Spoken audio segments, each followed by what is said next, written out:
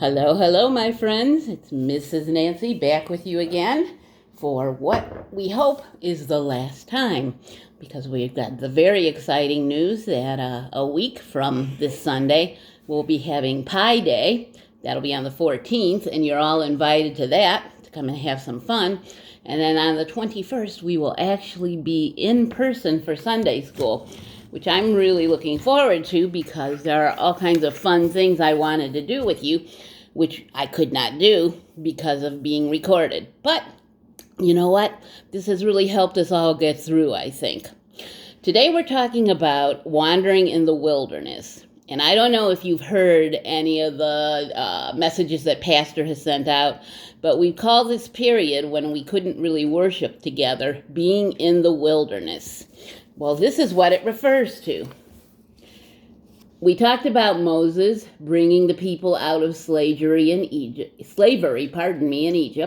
and then after that, they wandered around in the desert for a long time until they made it to the promised land. And if you look at that red dotted line, that's kind of what people who study the Bible think what their route was. They started up here in Egypt, and then they kind of came along the Red Sea and cut up that way, and finally they made it. Now, it took them, as the Bible says, 40 years to do this. And you might wonder, what the heck took them so long? Well, I think part of the reason was that they were pretty stubborn people, and they had a lot to learn. We talked about learning to be in community and learning to love God last week when we talked about the commandments. Well, they were slow learners. As a matter of fact, no sooner had they escaped from slavery and God had done this wonderful thing for them that they started to complain. They're out there in the desert and they said to Moses, "Weren't there enough graves in Egypt? You had to bring us out here to die?"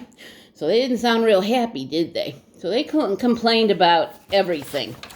And that must have been very frustrating for Moses, I'm sure. And for God as well. But even though they were complaining, God was still with them. And that's important to remember. So here's our story today, and I'm going to show you a couple of the pictures. There's Moses with his white beard and staff leading the people. And there's a bunch of people who don't look very happy. They look like they're complaining. And down here at the bottom, we've got a bunch of snakes. So what is that all about? Let's find out. This is from a book of the Bible called the Book of Numbers. God's people were complaining. God rescued them from Egypt, but now they were stuck in the wilderness. They had to walk and walk and walk all day long. The people rubbed their tired, sore feet. They yelled at God and their leader, Moses, "We're tired. There's no water." What are some of the things you complain about? I complain when it's too cold. I complain when it's too hot. About things that really don't matter a whole lot in the grand scheme of life. But that doesn't stop me from complaining. And I forget about being grateful. So instead of looking at all the wonderful things I have and all the wonderful, wonderful things God has done for me, I focus on the little stuff that doesn't really mean a whole lot and complain about that because it's not perfect. Because, I am perfect. A bunch of snakes appeared among God's people. The more the people complained, the more snakes bit the men and women and children. So the people cried out for help. "Ow, that snake bit me. God, take these horrible snakes away. Help us, God. We were wrong not to trust you." God was with the people in the wilderness. God heard them asking for help. God spoke to Moses, and Moses listened to God's instructions. So God said, "Make a snake out of bronze." And if you look here, that's what Moses did. He made a snake out of bronze and he wrapped it around his staff. And then God said, "Raise it up high on a staff, and if someone is bitten, tell them to look at the bronze snake. They will live." And they did. So God's people kept walking for days and weeks and months through the wilderness. Sometimes there were snakes. Many times their feet were tired and sore, but now they could look at the bronze snake and live. They trusted God to save them and knew that God was always with them. So there you go. There's Moses leading the people. Now, when we think of this in our day, what do we look at that is a gift from God and that saves us? Well, think to our church's sanctuary. There's something very big hanging at the front of the sanctuary that we all look at when we come in. And what is that? I think it's a cross, isn't it? So we look to the cross because we know through it God saves us. God sent Jesus so that we would know God's love and that God is always with us, because not only did Jesus tell us that, but Jesus got up on the cross and died so we would know that. So, what were God's people doing in the wilderness? Well, they were wandering. They were going from slavery in Egypt to a new land that God had promised them. They complained about everything. They complained that they were hot and tired and their feet hurt and they were thirsty. And who heard them ask for help?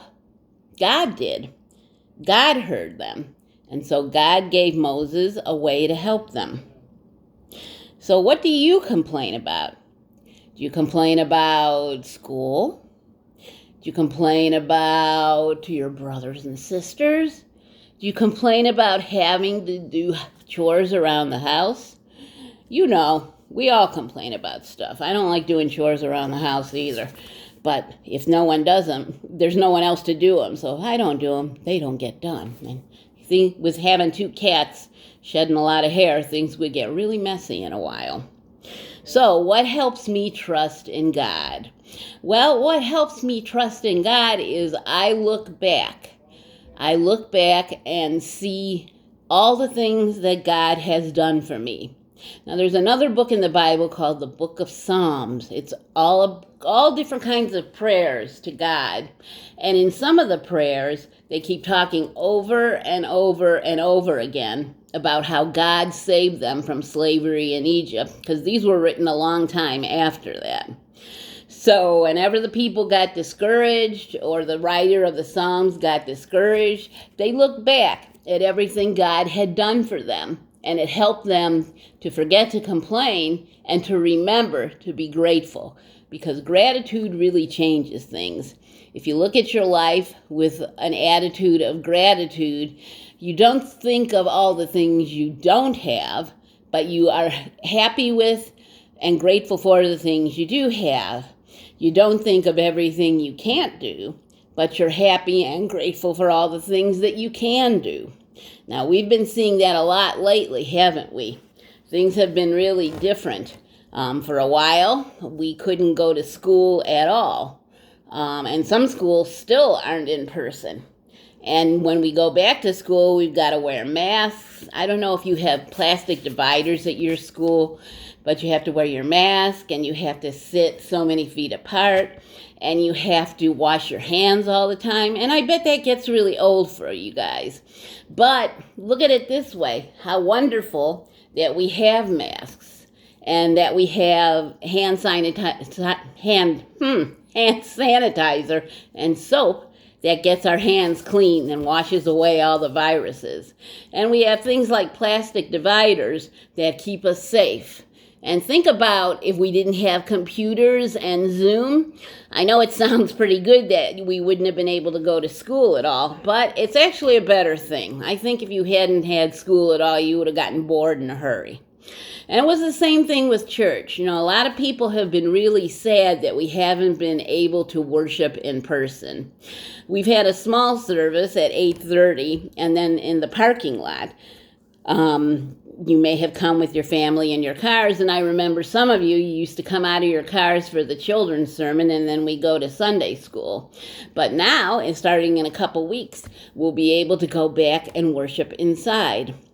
It's going to be a little different. You know, we'll still have to wear our masks. We'll still have to be apart. We won't be able to sing, I don't think, and we'll just have to be very careful with each other. But you know what? I think that's what community is all about, and that's what the people in our story today forgot, that they were in community so that they would help each other get through the tough times. And when we're focused on whining and complaining, we are thinking all about ourselves. And every once in a while you do that, you know. I like to have a pity party every now and then. But I find what lifts me out of that self-pity and gets me on a path of gratitude is to do something for somebody else. Service. And they don't talk about that in here, but I found in my life how important service is. So I think if the folks in our story had helped each other cook, watched each other's kids, and even said, you know, we're all in this together. We're going to get there. If they had encouraged each other, I think their attitude might have been different. Yep, I think their attitude might have been different indeed. So think of those snakes that bite at you. What gets you angry or gets you to complain? And how can you turn that around? How can you turn your complaints around to gratitude? And we've already talked about a couple of ways. One way is to be thankful, because when you're being thankful, there's no room for complaining.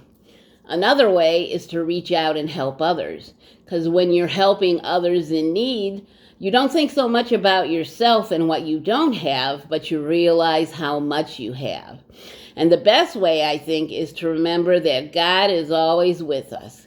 Even during times of complaining, when we're being our most whiny, God is there, and God is listening. You know, God is listening, and God knows what we need. So we might not get everything we want, but what we will get is exactly what we need, because God only wants what's best. So remember that. I hope to see you all at Pi Day, and if not, I sure hope to see you live from Holy Shepherd on the morning of Sunday the 21st. Take good care now. Bye-bye.